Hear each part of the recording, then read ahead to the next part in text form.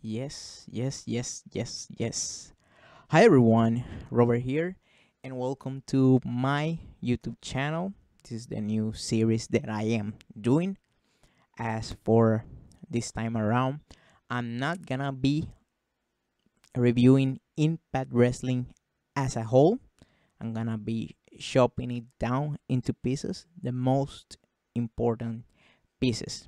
And the most important topic coming out of this week Impact Wrestling, which was the first one during the year 2018, was the end, the last call for the Cowboy James Storm, and the similarities to other send-off, and why it kept like a sour taste in the mouths of the fans of the Cowboy James Storm. First thing that came to my mind, it was, how can I put it? There have been conversations and people pushing a narrative that goes as follows: wrestling needs more psychology, especially the old guard, right? They have been pushing for that for ages.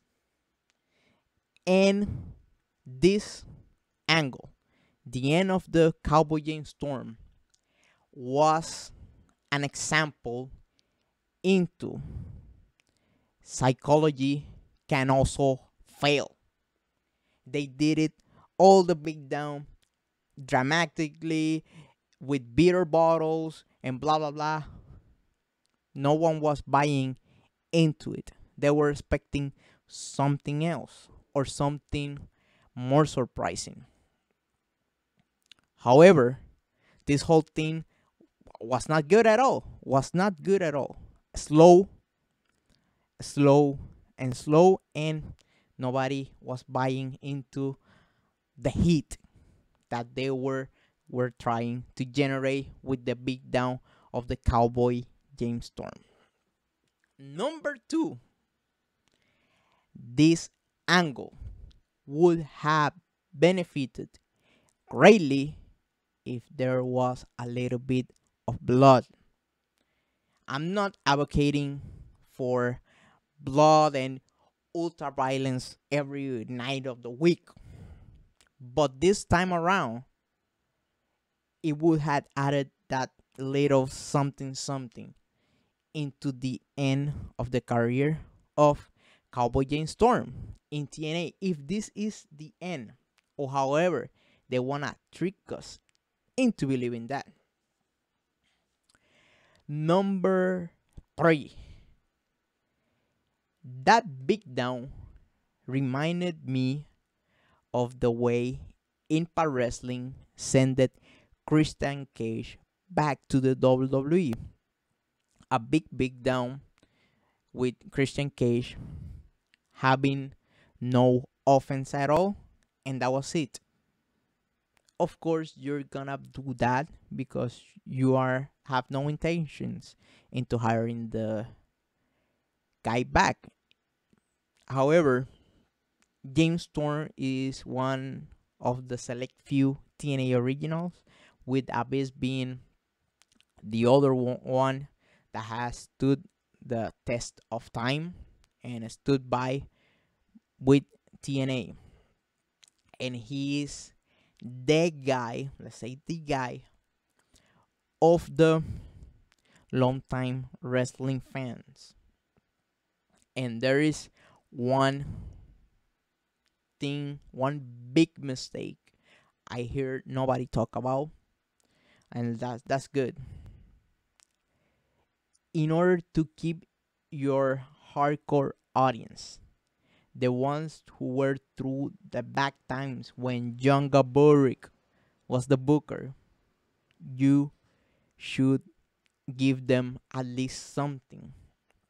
There were two guys from that 2014-2015 era that the people love. Number one, Cowboy James Storm. And number two, Bram. Bram is no longer around, and Cowboy James Storm just left. The other two ones in that ladder is Rockstar Spot, who left, and EC3, who is rumored to leave the company. I know they're trying to start with a clean slate, let's say, but there's no ignoring history, and you should treat and have a special place for the fans that has stood the test of time. Number, I guess that would be number 5 on my list, right? The send up, and the, let's say, the emotion behind pales in comparison to, let's say, Eric Young or Bobby Roode, or even Petey Williams. The first time he left Impact Wrestling, he was even crying and stuff like that. So that is an assignment for you to look out that match. For the Cowboy James Storm being someone like, let's say, a reliable person in Impact. Let's say I will classify him as, let's say, like a car, like a never-ending, never broken down Toyota. That is the reliable one. You know, you could put him in the heavyweight position, you could put him in the tag team position, or even do some hardcore stuff, and he will do the best of it. And it is a bad decision to set him home like that. And there were people who feel like there were no respect toward the history of the company. And you may say, hey, Impact Wrestling have been so horrible, blah, blah, blah, blah, blah. Go that, tell that to Samoa Joe or AJ Styles. People who Impact Wrestling basically created from the bottom up.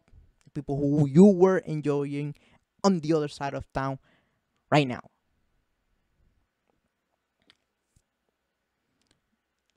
The history of professional wrestling have always have been distorted. Why would Impact should not do the same thing? So I don't see why people should be throwing the Impact legacy out of the window. I'm not a big fan of that idea.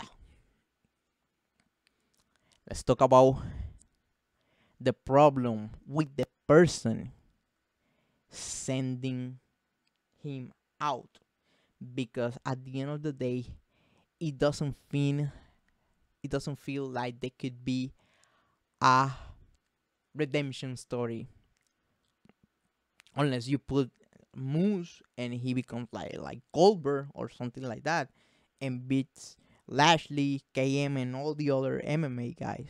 There's no way of redemption unless Cowboy James Storm returns back.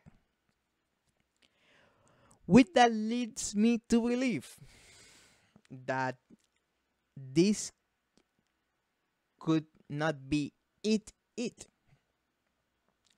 This remind me of angle Impact did with James Storm. I don't know if you remember. Go back in time. And there was Crimson as Sergeant Meltzer. And he was undefeated during that time. And then came in Cowboy James Storm in his big return, and he beat him up. Even if they are trying to recycle that angle into, let's say, KM. Let's say KM goes on a winning streak, and Cowboy Storm returns, and that's about it for him. I don't think there's no redemption. There's nothing that you could get out of it that is worth all the hassle. The best thing you can get about all of this was a send up via Bobby Lashley, who, by the way, did one of the best ratings last year in 2017 during Jeff Jarrett regime as the booker of Impact Wrestling.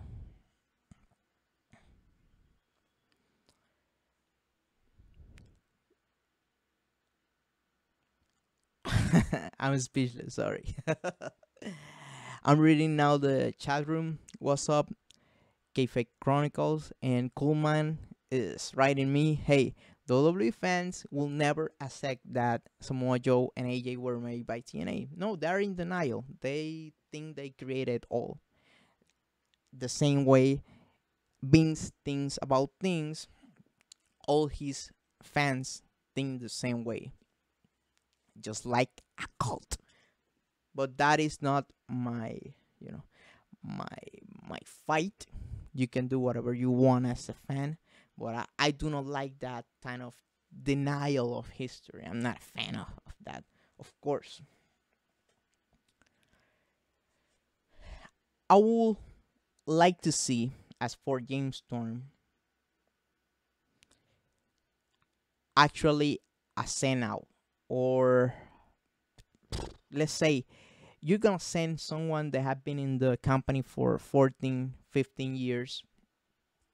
Why not do it the right way and send him at the main event spot? This whole thing was sloppy. I know ever since Jared left, there have been some trouble, and of course, because there have been 3 changes of the guard inside of a year, and that is a lot. However, this was unacceptable. As a customer, this was unacceptable. And I'm not criticizing that much the way they try to present it, but the end product was was a blah. Was a blah. And as a number one, this time, sorry, as a this time number 2, you cannot do that. Which that leads me to the last 2 things that I need to tell you. I'm gonna be talking about the production quality of the Eli Drake and Alberto El Patron this Monday, because that was terrible, and I know nobody else is gonna be willing to do that. And my other thoughts about this whole episode of Impact Wrestling are gonna be said during this week episode of the Hillcast that I'm gonna be recording probably tomorrow. So that is it for me and this topic. I hope you enjoy this type of short conversation, 10-20 minutes, just a single topic. Then after that, reading the chat and cutting all things down a lot smaller and more enjoyable for you, the fans, because I know and I understand that your time matters, and I just don't want to waste it with me talking about wrestling on YouTube. Let me read the last chat. Kfrey is writing me that, yeah, as a WWE fans, he agreed that TNA made them, and AJ, he's glad that AJ is the champion, and he thinks that Nakamura is gonna win the Rumble. I don't think Nakamura belongs to the Breakfast Club. I haven't watched WWE in quite a while, so I'm not. I cannot even give you a predictions. And they I don't think they have anything that I interested at the moment, even though I like AJ, but I saw his better days. However, there's one thing that I need to say. I will be highly interested in seeing Taker versus Cena in a WrestleMania match. That would actually get my interest, but as for now, no. I'm gonna be watching the Rumble and WrestleMania and that stuff, but it's because it is part of my circle of friends. It is part of the wrestling culture which I belong, and you also belong in that. So AJ versus Nakamura is a good match. They can, if they let him be for 20 minutes, they can do something, let's say creative or nice. I'm not down as for the talent, but there's something that ugh, I I cannot pay that much attention to the WWE, let's say, atmosphere.